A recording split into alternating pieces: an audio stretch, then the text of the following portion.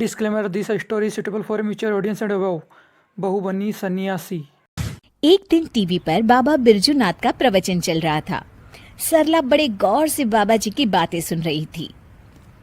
भाइयों और बहनों, हम क्या लेके आए थे और क्या लेकर जाएंगे? दुनिया तो मोह माया का जाल है। हमारे रिश्ते नाते सब झूठे हैं। इनके चक्कर से बाहर निकलकर भगवान का ध्यान लगाए, तभी हमारा जीवन सफल होगा।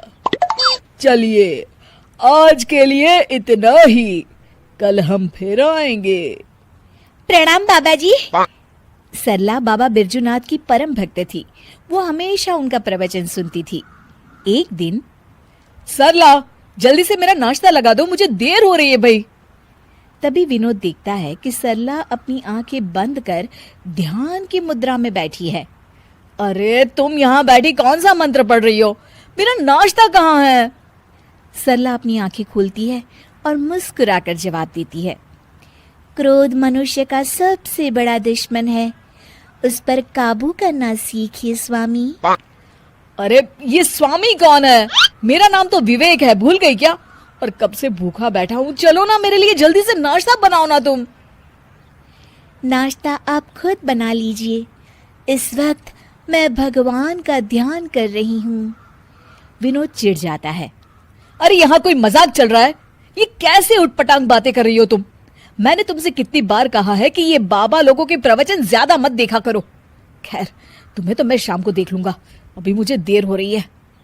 उसी शाम सरला की सास, अरे बहू, कहाँ मर गई थी है? घर में इतना काम पड़ा है और तू है कि बाहर सैर सपाटा कर रही है। माँ जी, मैं तो मंदिर में कीर्तन करने गई थी। अरे वो सब तो ठीक है, पर घर के काम क्यों नहीं किए तूने? और ये किस तरह के कपड़े पहन रखे हैं तूने? नया फैशन है क्या? नहीं माँ जी, ये तो हम सन्यासियों के कपड़े हैं। आज से मैं सिर्फ भगवान की भक्ति करूंगी। अच्छा, और घर के काम कौन करेगा? घर के काम तो आप करेंगी माँ जी। अच्छा, मैं चलती हूँ, मेरा ध्यान का समय हो गया है। सरला अपने कमरे में चली जाती है। इस तरह सरला घर के काम करना बंद कर देती है और मजबूरी में सरला की सास को घर के सारे काम करने पड़ते हैं। कुछ दिनों के बाद, अरे बेटा, ऐसा कब तक चलेगा? इस बुढ़ापे में सुबह से शाम तक काम कर कर के लगता है मैं तो बहुत जल्द भगवान को ही प्यारी हो जाऊंगी। तुझे अपनी माँ की जरा भी चिंता नहीं है क्या? माँ, मेरी तो समझ में नहीं आता कि सरला का क्या करूं। एक बात बोलूं बेटा, जब से बहू सन्यासी बनी है तब से कुछ ज्यादा ही पेटू हो गई है। सारा दिन खाने का ऑर्डर देती रहती है। तभी दरवाजे पर सरला की सहेली कोमल आती है। नमस्ते माँ जी, सरला घर पर है क्या? हाँ है, अपने कमरे में। थोड़ी देर के बाद सरला अपने कमरे से आवाज देती है, माँ जी, 2 कप चाय ले आइएगा और साथ में कुछ नाश्ता भी। अरे जरा दम तो लेने दे महारानी। कुछ कहा क्या माँ जी? अरे कुछ नहीं बहू, आती हूँ चाय नाश्ता लेकर अभी। सरला की सास जैसे ही नाश्ता लेकर कमरे की तरफ जाती है कि दोनों के जोर जोर से हंसने की आवाज सुनाई देती है। सरला की सास वहीं रुककर दोनों की बातें सुनने लगती है। मान गए तुझे सरला, आखिर तू शर्त जीत गई।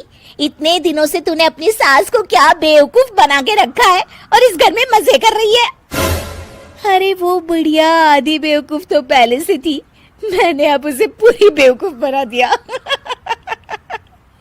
अच्छा, तो ये बात है। ठहर जा बहू, अब तू देख ये बेवकूफ बुढ़िया क्या करती है। सरला की सास अपने बेटे विवेक को सारी बात बता देती है।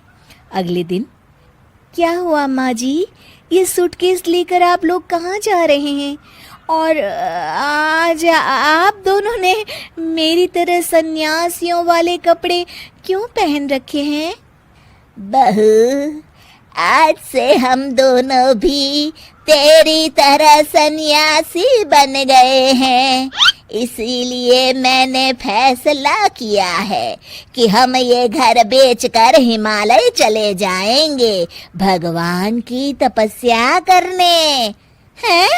लेकिन माँ जी, आप ये घर कैसे बेच सकती हैं? मेरा मतलब आपके हिमालय जाने के बाद मैं कहाँ रहूंगी? अरे तू भी तो सन्यासी है, और एक सन्यासी को घर की क्या जरूरत। चल तू भी अपना सामान बांध ले, चल जल्दी कर बेटा। बाबा बिरजूनाथ बिल्कुल सही कहते हैं। ये घर बार रुपए पैसे सब मोह माया है, इसलिए तो मैंने आज से अपनी नौकरी भी छोड़ दी है। अरे वो बिरजू बाबा पागल है, उसकी सुन के आप दोनों ने इतना बड़ा कदम उठा लिया। क्या कहा बहू तूने? अपने सामने कोई और रास्ता न देख वो सच कबूल कर लेती है। मुझे माफ कर दीजिए माँ जी, मैं आज तक नाटक कर रही थी। अरे तो हम कौन सा सच में सन्यासी बन गए, हम भी तो नाटक कर रहे थे। माँ ने बिल्कुल सही कहा। अब तुम्हारे ड्रामे का पर्दा गिर चुका है सरला। चल बहू चल, जल्दी से झाड़ू उठा और घर की साफ सफाई में लग जा। उसके बाद खाना बनाने की तैयारी भी तो करनी है ना तुझे। हाँ हाँ जी माँ जी।